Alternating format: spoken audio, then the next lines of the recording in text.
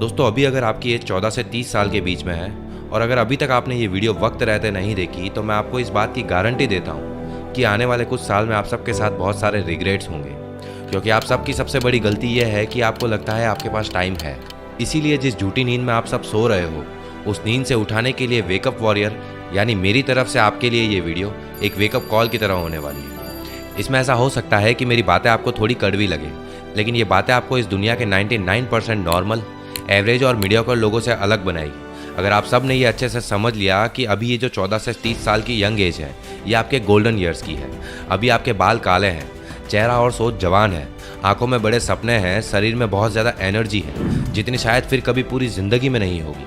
तभी तो स्वामी विवेकानंद कहते थे कि जवानी ज़िंदगी का सबसे बेस्ट और इम्पॉर्टेंट टाइम है।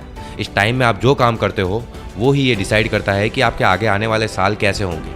लेकिन अगर आप अभी अपनी इस उम्र में कंफर्ट जोन में फंसे रहोगे, अपने टाइम, एनर्जी, पोटेंशियल और लर्निंग पावर को यूं ही वेस्ट कर दोगे फ़ोन में या किसी और फालतू की चीज़ों में, तो ये आप अपने साथ, अपनी एक ही बार मिलने वाली लाइफ के साथ और अपने पेरेंट्स के साथ बहुत गलत करोगे। देखो, मेरा यहाँ गोल आपकी कमियाँ गिनवाना नहीं है, बल्कि मेरा गोल तो यह है कि मैं आपके साथ आपके लिए एक बेहतर ज़िंदगी बनाने में और उसे अचीव करने में आपकी कुछ मदद कर सकूं। वो ज़िंदगी जो ज़िंदगी जीना आप डिज़र्व करते हो, जिसके लिए आप पैदा हुए हो। आप अपने फ़ोन में घुसे रहने के लिए, अपने सपनों के लिए एक्शन ना लेने के लिए, अपने कंफर्ट जोन में बैठे रहने के लिए तो पैदा नहीं हुए हो सकता है शायद आपको ऐसा लग रहा हो कि अभी उतना समय नहीं बीता, अभी तो मेरे पास टाइम है चीज़ें करने के लिए, मैं आगे जाकर कर लूँगा। वैसे भी अभी मुझे समझ ही नहीं आ रहा है कि अभी मैं क्या करूँ। तो मैं यहाँ यही कहूँगा कि कुछ मत समझो, कुछ सोचने समझने की तुम्हें ज़रूरत नहीं है। इतने टाइम से रुके हुए हो तो कुछ टाइम और रुक जाओ, ये ज़िंदगी आपको अपने आप समझा देगी। क्योंकि यही सेम गलतफहमी बाकी के 99% लोगों को भी होती है कि उनके पास अभी टाइम है, अभी देर नहीं हुई है। और वो इसलिए क्योंकि अभी मैं जो आपको बता रहा हूँ वो सब बताने के लिए आपके पास हमेशा हर कोई नहीं होता, जो ये आपको याद दिलाता रहे कि आप लाइफ में जो सक्सेस का प्लान सोच के बैठे हो वो इतना सीधा, आसानी से और आराम से आपको अपनी मंजिल तक नहीं पहुँचाता, बल्कि ये आपके प्लान से बिल्कुल अलग होता है और आपके सोचे हुए टाइम से कई गुना ज़्यादा टाइम और साल लेता है। और ये बात मैं यूं ही नहीं बोल रहा हूँ, बल्कि मैंने दुनिया के बहुत से सक्सेसफुल लोगों के इंटरव्यूज़ और उनके बारे में पढ़ा, उसके बाद मैं आपको ये बात बता रहा हूँ। इसीलिए अगर आप आज से अपने फुल पावर में एक्शन लेना स्टार्ट नहीं करोगे तो आगे आने वाले कुछ सालों में आप ये सोचोगे कि काश यार मैंने कुछ साल पहले स्टार्ट कर लिया होता इतनी मेहनत करना, तो आज मैं उस पोजीशन पे होता जहां मैं होना चाहता था। अब तो एज के साथ धीरे धीरे मेरी एनर्जी और वो इनर फायर भी कम होती जा रही है। दोस्तों, ज़िंदगी में पेशेंस रखना अच्छी बात है, लेकिन इतना भी पेशेंस सही नहीं है जो आगे चल के आपकी लाइफ को ऐसी लाइफ बना दे जो आप कभी जीना ही नहीं चाहते। और वैसे भी समझने की बात यहाँ ये है कि आप जो सक्सेस अगले कुछ सालों में एंजॉय कर सकते हो तो बेकार में उसे पाने के लिए कई साल क्यों लगाने हैं। इवन इलॉन मस्क भी कहते हैं कि stop having patience and start asking yourself how can I complete my 10 years plan in 6 months। यानी पेशेंस रखना बंद करो और खुद से ये पूछो कि मैं अपने 10 साल के प्लान को 6 महीने में कैसे कंप्लीट कर सकता हूँ। पर आमिर भाई, आपको पता नहीं है मेरी लाइफ में कितनी प्रॉब्लम्स हैं, अभी मेरी क्या सिचुएशन है, आपको क्या पता है। मैं ही जानता हूँ मेरी सिचुएशन। मैं पढ़ नहीं पाता क्योंकि मेरा एनवायरनमेंट सही नहीं है, मैं अपने सपनों को फॉलो नहीं कर सकता क्योंकि मेरे पास अपने पेरेंट्स का सपोर्ट नहीं है, मैं जॉब नहीं कर पा रहा क्योंकि हर जगह इंग्लिश की ज़रूरत होती है और जॉब भी कम है, हर कोई सिर्फ एक्सपीरियंस लोगों को ही रखना चाहते हैं। मैं इन गलत आदतों में फंसा हुआ हूँ सिर्फ और सिर्फ अपने दोस्तों की वजह से। मैं बिजनेस नहीं कर पा रहा हूँ क्योंकि मेरे पास पैसे ही नहीं है, फंडिंग नहीं है, और जब सब कुछ सही होगा तब मैं स्टार्ट करूँगा। मेरा इस कॉलेज में एडमिशन नहीं हो पाया क्योंकि एजुकेशन सिस्टम ही ख़राब है। मैं आज ऐसा हूँ क्योंकि मैं गलत घर में पैदा हुआ, मेरी किस्मत ही ख़राब है। और ऐसी ही और भी बहुत सारी बातें आप करते हो।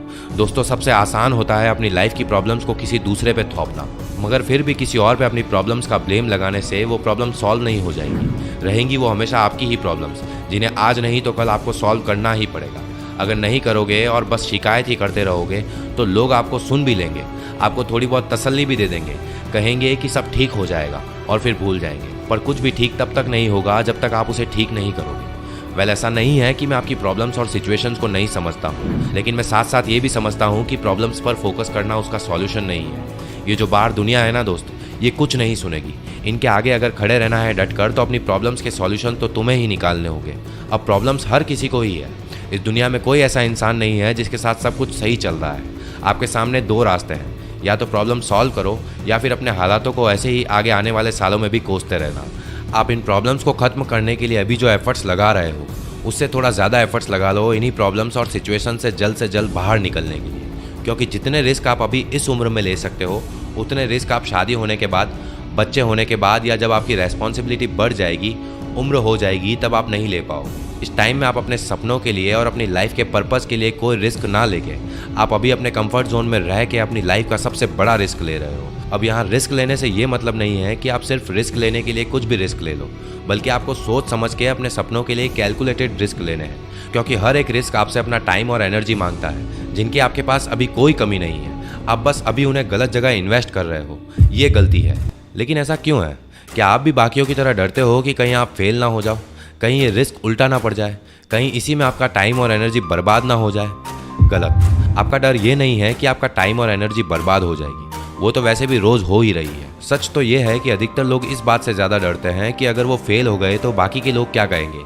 आपके पेरेंट्स आपको रोकेंगे, आपके दोस्त आपका मजाक उड़ाएंगे, कोई आपका सपोर्ट नहीं करेगा। दोस्तों, अगर आप इन लोगों की सोच के चक्कर में फंसे रह गए तो ज़िंदगी के दलदल में फंसते ही जाओगे, और जब एक बार उम्र निकल जाएगी तब आप चाह कर भी इस दलदल से बाहर नहीं निकल पाओगे। आपको 3 इडियट्स मूवी का वो सीन तो याद ही होगा जब फरहान बोलता है, अब्बा नहीं मानेंगे। याद है इसका जवाब देते हुए रेंचो क्या कहता है?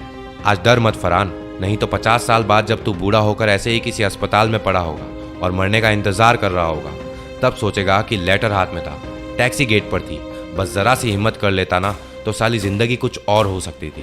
दोस्तों, रिस्क ईंटों की तरह होता है, जिनका इस्तेमाल करके आप अपने और अपने सपनों के बीच एक दीवार खड़ी कर सकते हो, या फिर इन्हीं ईंटों का यूज़ करके आप अपने लिए एक ब्रिज बना सकते हो जिस पर चल के आप अपने सपनों तक पहुंच सकते हो। इसीलिए भूल जाओ सबको और अपने ऊपर ध्यान दो। ये टाइम है अपने आप को एक्सप्लोर करने का, अपने सपनों को चेज करने का, उस काम को करने का जो दिल से करना चाहते हो, जिसके लिए आप बने हो। इसके लिए आपको मोटिवेशन की ज़रूरत नहीं है, मगर फिर भी प्रेजेंट में आप उस पर एक दिन का लेबल लगा रहे हो कि एक दिन मैं ये काम करूँगा, एक दिन मैं वो काम करूँगा। आप जितना इसे टालते रहोगे ये उतने ही दिन आपसे दूर होता जाएगा। एक दिन अगर किसी काम को टालोगे तो ये समझ लो कि आपकी सक्सेस एक दिन आगे बढ़ गई है आपसे। अब ऐसे ही आप खुद सोचो कि आप कितना किसी काम को टालते हो, कितना अपना वक्त बर्बाद करते हो, और जब कैलकुलेट करने पर तुम्हारे सामने तुम्हारा वेस्ट किया हुआ टाइम आएगा, उस टाइम से ये पता कर लेना कि तुम्हारी सक्सेस तुम्हें जिस टाइम में मिलनी चाहिए थी उससे अब तक कितनी आगे बढ़ चुकी है। तो दोस्तों, मेरे कहने का मतलब यहाँ ये है कि जो भी करना है उसे अभी करो, काम को टालो मत और अपने इस कीमती वक्त को बर्बाद मत होने दो। चलिए, अब तक के लिए सिर्फ इतना ही। मिलता हूँ अगली ऐसी ही एक और आई ओपनिंग वीडियो के साथ। तब तक के लिए अपना ख्याल रखो, मेहनत करो और हमेशा आगे बढ़ते रहो।